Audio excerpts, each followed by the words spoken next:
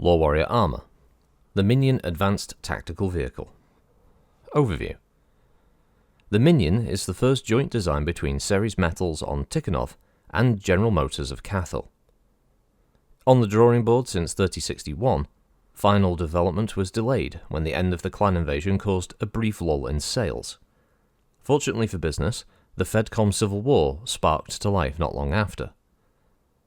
The Minion was originally conceived as an open battlefield strike vehicle.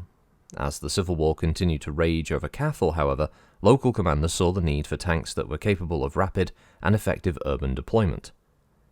By adapting the existing concept to tie this tank into a command-control communications net, the Minion was quickly and effectively paired with the Morningstar as a city-buster team. Capabilities. A Nissan power plant gives the Minion a top speed of over 140 kph. On open streets or flatlands, this vehicle can give the enemy fits as they try to track its movement. Fairly well armoured for a light vehicle with 5.5 ton of Duralex alloy, the Minion can absorb a good deal of punishment. And it's especially helpful in a city environment where narrow streets and blocked intersections can, at times, severely limit the normal tactical flexibility of fast hovercraft. The Bright Star targeting system was developed specifically with pulse lasers in mind, and only later being adapted to work in conjunction with a C3 system. Regardless, it's well suited to its task. Barreling in at high speeds, the Minion uses a pair of Defiance pulse lasers to hammer at enemy armor, while the slave computer transmits optimal tracking data back to its local C3 net. Deployment. The Minion, along with its Morningstar companion vehicle, became very much in demand by the end of the Civil War.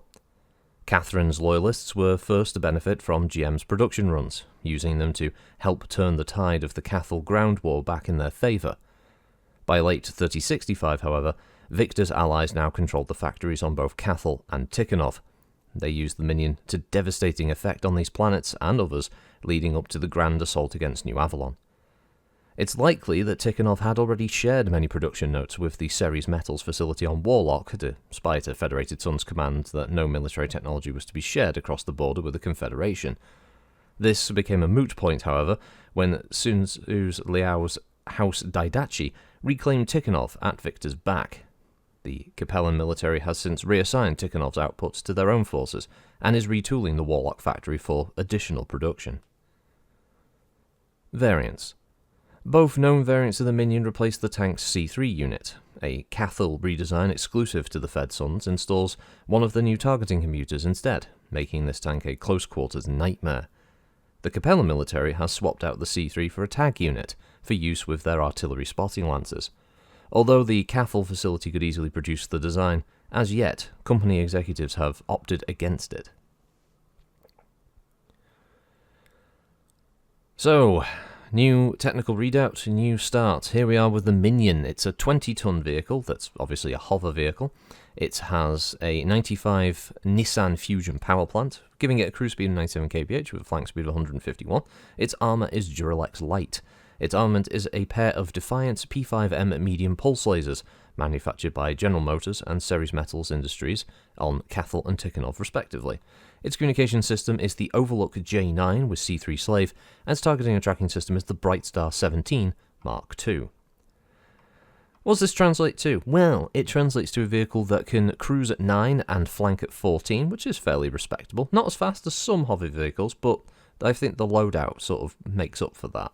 It has 10 heatsinks, which is all that's required, and its armour is actually, yes, quite respectable for a 20-ton, at 28 armour on the front, 22 on the sides, and 16 on the rear, with the two medium pulse lasers obviously being mounted at the front, as you can see from the art, and the C3 Slave unit being inside the actual body of the vehicle. It's not a bad-looking vehicle either, actually. It's, it's effective and a nasty little thing. 14 doesn't seem like a lot on open ground, but obviously, as it states, inside urban terrain where it can quickly navigate along several streets worth of hexes and then being able to turn into another area of cover, does mean that you can very quickly move an entire lance of these things around in different angles, different directions, and you can probably guarantee you're going to end up in a position by the next turn to have a good shot on the rear armour of a mech, or being able to outflank heavier units, or being able to attack infantry, that kind of thing. Even though pulse lasers aren't the best against infantry, it's still an ability that would make it difficult for your opponent to really lock these things down and take them out. But even on open terrain, 9 and 14 isn't a bad amount of movement to give a hover vehicle, especially one as resistant as this, taking multiple shots generally to kill. So yeah, it's quite a deadly little vehicle.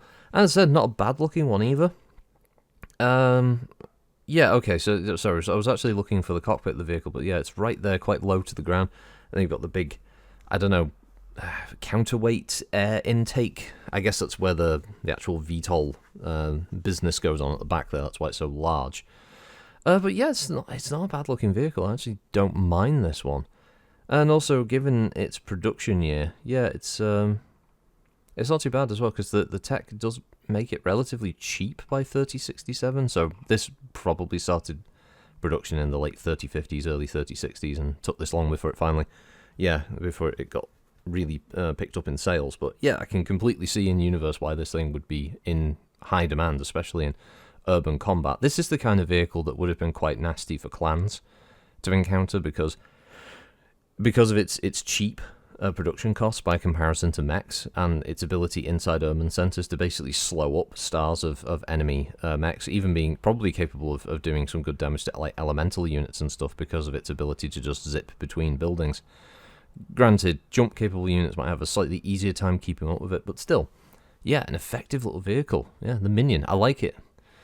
Yeah, so that's the Minion. We'll catch you in the next one, as always. Thanks for listening, and have a good one, everybody. Bye-bye.